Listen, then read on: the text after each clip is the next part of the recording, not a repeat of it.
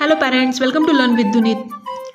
Comprehension means समझ बूझकर पढ़ना और कॉम्प्रहेंशन ऑफ अनसीन पैसेजेस एक यूज़फुल एक्सरसाइज होती है बच्चों के लिए, क्योंकि इसके पीछे मकसद होता है कि बच्चों की आकलन क्षमता देखी जाए।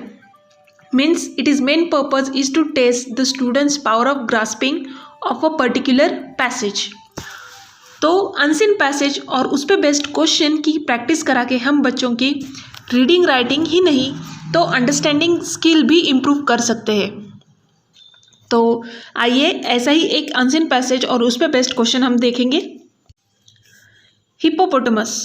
हिप्पोपोटामस और hippo is a large grass eating animal. Hippo are really big. They can grow up to 10 feet long, 5 feet high and weight about 3,200 kg. Hippos spend a lot of time in rivers or ponds in a group. A group of hippo is called herd. Hippo can float in water but they cannot swim. A baby hippo is called calf. Hippo is a dangerous animal. तो जल्दी से हम इस paragraph का सारांश देखेंगे। तो ये पैराग्राफ है हिप्पोपोटामस के बारे में और हिप्पोपोटामस को ही हम कहते हैं हिप्पो।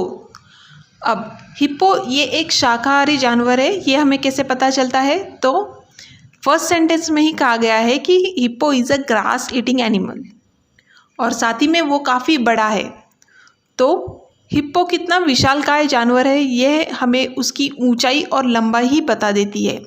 तो हिप्पो की लंबाई होती है करीब 10 फीट और ऊंचाई होती है 5 फीट और साथ ही में वज़न होता है 3,200 किलोग्राम तक। और जो अगली जानकारी दी गई है वो यह है कि हिप्पो अपना ज़्यादातर समय नदियों में या तालाबों में गुजारता है, वो भी झुंड में, और हिप्पो के झुंड को हम कहते हैं हर्ड।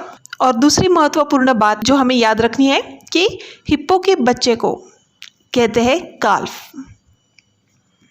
चलिए तो अब इस पे बेस्ट हम क्वेश्चंस देखेंगे। First question is what is the another name for hippopotamus?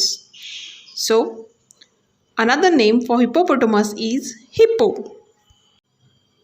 Next question, how long a hippo can B?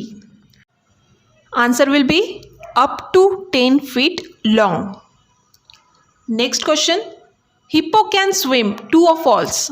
तो ये स्टेटमेंट है false, because hippo cannot swim, hippo float in water. Next question, the group of hippo is called?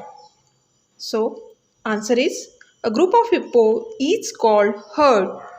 Next question, what baby hippo is called? So baby hippo is called calf.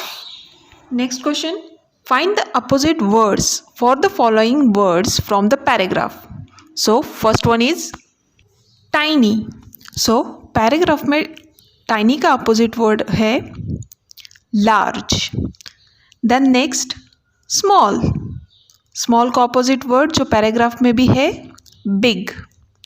Then last one harmless. So harmless का opposite होगा dangerous.